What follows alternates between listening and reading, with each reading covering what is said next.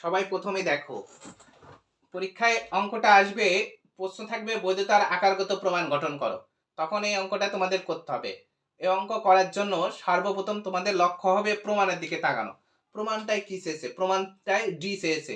এবার দেখতে হবে 1 2 3 এর ভিতরে কোথায় ডি আছে, সেই লাইনটা প্রথমে তোমরা খুঁজবা। দেখো 2 নম্বরে ডি আছে, তার মানে এই লাইনটা সবার পরে হবে, কারণ সি যতক্ষণ না পাবো ডি এর কাজ ততক্ষণ পারবো না।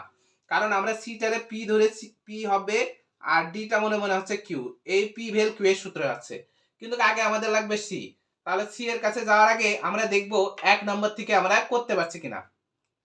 প্রথম 1 নম্বরে আমরা এই এ ভেল বিটাকে সম্পূর্ণটাকে পি ধরেছি, আর এই নেগেশন কি কি নেগেশন সি এই সম্পূর্ণটাকে আমরা কিউ ধরেছি। তাহলে সূত্রটা দাঁড়াচ্ছে, দেখো পি ইমপ্লাইজ কিউ। সূত্রটা দাঁড়াচ্ছে পি, আমি লাল কালি দিয়ে যেগুলো লিখছি তোমরা কেউ লিখবা না খাতায়। P implies Q, P therefore Q, MP সূত্র দাঁড়াচ্ছে। তাহলে এমপি সূত্রই আমাদের কাজ হবে পরে পিটা খোঁজা। 2 নম্বর তো বাদ গেছে, 3 নম্বর তাহলে বাকি আছে। 3 এ অবশ্যই পি আছে, কিন্তু পিটা দেখছি আমরা সম্পূর্ণ নেই।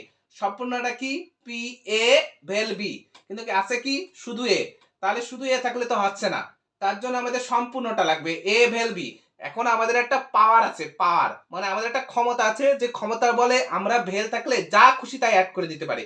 আমি থাকলে আমাকে অ্যাড করা যাবে, তুমি থাকলে তোমাকে অ্যাড করা যাবে, বাড়ি থাকলে বাড়ি অ্যাড করা যাবে, যা খুশি তাই, এখানে যায় যেমন থাকবে।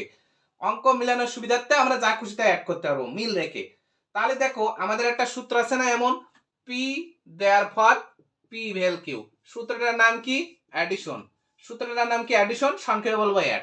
তাহলে এ কে যদি পি ধরি, তাহলে আমরা এমন একটা ভেল বি দিয়ে নেই। তাহলে 4 নাম্বার আমরা করছি এ ভেল বি। 3 থেকে আমরা কি করলাম? অ্যাড করে দিলাম। 3 থেকে কি করলাম? অ্যাড করে দিলাম।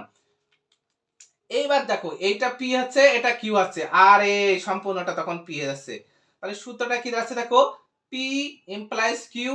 তাহলে এই যে এই পিটা কত পেয়ে যাচ্ছে? 4 নম্বরে। তখন দেখো 1 আর 4 নম্বর মিলে হয়ে যাচ্ছে পি ইমপ্লাইজ কিউ পি। প্রথম আশ্রয় বচন পেয়েছি, দ্বিতীয় আশ্রয় বচন। দেখো প্রথম আশ্রয় বচন, দ্বিতীয় আশ্রয় বচন। আমাদের কাজ কি? শুধু সিদ্ধান্তটা বসানো। আমাদের কাজ হবে সব সময় যে সিদ্ধান্তটা থাকবে সেটা বসানো। তাহলে এটা যদি পি হয়, পি ইমপ্লাইজ কিউ, এটা পি, তাহলে কিউটাকে নেগেশন সি। তখন 5 নম্বরে আমরা যে নেগেশন সি বসাই দিলাম। এখন দেখতে হবে 1 নম্বর আশ্রয় বচনটা আমরা কত জায়গা থেকে নিয়ে আসছি? 1 নম্বর থেকে নিয়ে আসছি, তাই নাম্বার 1। এবার দেখব দ্বিতীয় আশ্রয় বচন কত নম্বরে ছিল? 4 নম্বরে, তাই নাম্বার 4।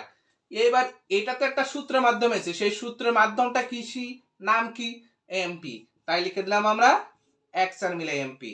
নাম্বার 6, দেখো আমরা 1 ও করেছি, 3 ও করেছি, 4 ও করেছি, বাকি আছে কে? শুধু 2। তাহলে এবার আমরা 2 এর কাছে যে দেখি হয় কিনা। এটা যদি পি হয়, এটা যদি কিউ হয়, তাহলে সূত্রটা দাঁড়াচ্ছে কিসের সূত্র? P vel Q negation P therefore Q, DS এর সূত্র। সূত্রটার নাম কি? ডিএস। তাহলে এখানে পি ভেল কিউটা আছে, নেগেশন পিটা আমাদের খুঁজতে হবে। তাহলে 3 4 5 এর ভিতরে আমরা কিন্তু 2 3 4 কাজ করে ফেলাইছি, তাহলে বাকি আছে কি? শুধু 5। তাহলে এটা পি ভেল কিউ হলি অবশ্যই এটা কোনো কিছু ভাবনা ছাড়াই negation P. P vel Q negation P therefore Q, কিউটাকে শুধু ডি। তাহলে শুধু ডিটা বসাই দিলাম। প্রথম আশ্রয় বচন কত নম্বরে পেলাম? 2 নম্বরে। দ্বিতীয় আশ্রয় বচন কত নম্বরে পেলাম? 5 নম্বরে। সূত্রটার কি নাম ছিল? ডিএস। এই ডিএস লিখে দিলাম। আকারগত প্রমাণ খুবই সহজ, একটুকুনু তোমরা সূত্র মুখস্থ করবা, তাহলে আর একটুকুনু চোখ বুলে খুঁজবা, তাহলে পেয়ে যাবা। সবকিছুই থাকবে, নিজেদের সাজিয়ে লিখতে হবে। কথা আশা করি বুঝতে পারছো। খুব সুন্দর।